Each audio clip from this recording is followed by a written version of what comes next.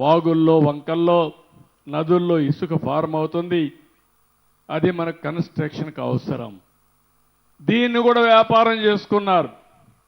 దీన్ని కూడా ఆ రోజు ఇసుక అంతా కూడా దందాలు చేసి పెద్ద ఎత్తున నాశనం చేసే పరిస్థితికి వచ్చారు.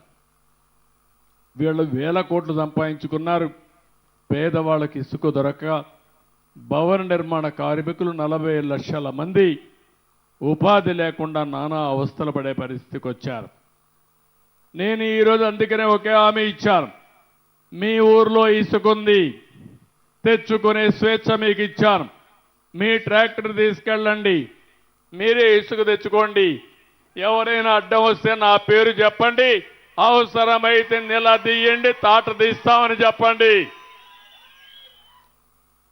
ఇది ప్రభుత్వం ఇచ్చిన స్వేచ్ఛ మీకు. ఇది ఎవడైనా అడ్డం వస్తే మాత్రం ఏం భయపడక్కర్లేదు. 2వ గేర్లో పోతా ఉంటే 4వ గేర్లో మార్చి స్పీడ్ పెంచండి, ఏం కాదు. నేను ఈ పేదవాళ్ళ ప్రభుత్వం ఇది. ప్రకృతి పరంగా ఇచ్చిన ఇసుక మీ హక్కు తప్ప ఈ పెత్తందారులకు ఆ హక్కు లేదని చెప్పి మరొక్కసారి మీ అందరికీ విజ్ఞప్తి చేస్తున్నా. అందుకే మీరు ఫ్రీగా ముందుకు వెళ్ళండి. ఎక్కడైనా ఇసుక దొరక్కపోతే ప్రభుత్వం అక్కడ మనుషులు పెట్టి ఇసుక తీయిస్తారు. కానీ అది కూడా మీరు ట్రాక్టర్ తీసుకపోయినా దాంట్లో ఇస్తారు, లారీ తీసుకపోతే ఇస్తారు. అది కూడా తక్కువ ధరతో చేయడానికి నేను ప్రయత్నం చేస్తున్నా. మీకంటే అది తక్కువ, మీరే చేసుకుంటే తక్కువ ధరకు వస్తే మీరే చేసుకోండి. ఎవ్వడు అడ్డుపడడు. ఎక్కడ దొరికితే ఇసుక అక్కడ తెచ్చుకునే స్వేచ్ఛ మీకు ఇచ్చానని చెప్పి కూడా నేను మీకు తెలియజేస్తున్నా.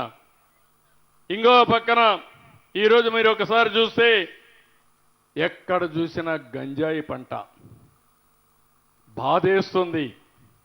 డ్రగ్స్, పిల్లలు ఏమైపోతారో నా ఆందోళన కలుగుతుంది. ఎప్పుడైతే డ్రగ్స్ తీసుకున్న వ్యక్తి, గంజాయి తీసుకున్న వ్యక్తికి భార్య తల్లికి వ్యత్యాసం తెలియదు. వాళ్ళలోకి దుర్మార్గులు వస్తారు. అలాంటిది రాష్ట్రంలో గంజాయి రాజధానిగా విశాఖపట్నాన్ని చేసి ఎక్కడ చూసినా పంట పండించే పరిస్థితికి వచ్చారు. 5 ఏళ్లుగా ఒక్కసారి కూడా యాక్షన్ తీసుకోలేదు. పోరాడితే కేసులు పెట్టారు.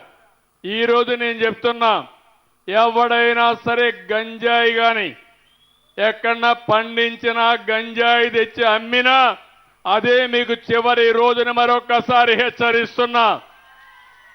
డ్రోన్స్ పెట్టాను. ఎక్కడికక్కడ డ్రోన్లన్నీ వచ్చి చూస్తున్నాయి. దానికి కూడా పేరు డేగా అని పెట్టా, ఈగలని పేరు పెట్టా. రాష్ట్రం మొత్తం డేగ కన్ను పెట్టాం.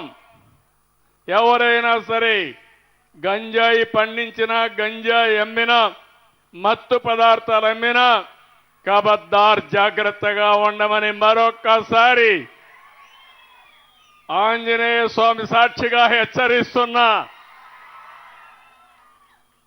ఎందుకంటే సమాజ హితం కోసం పనిచేస్తున్నా.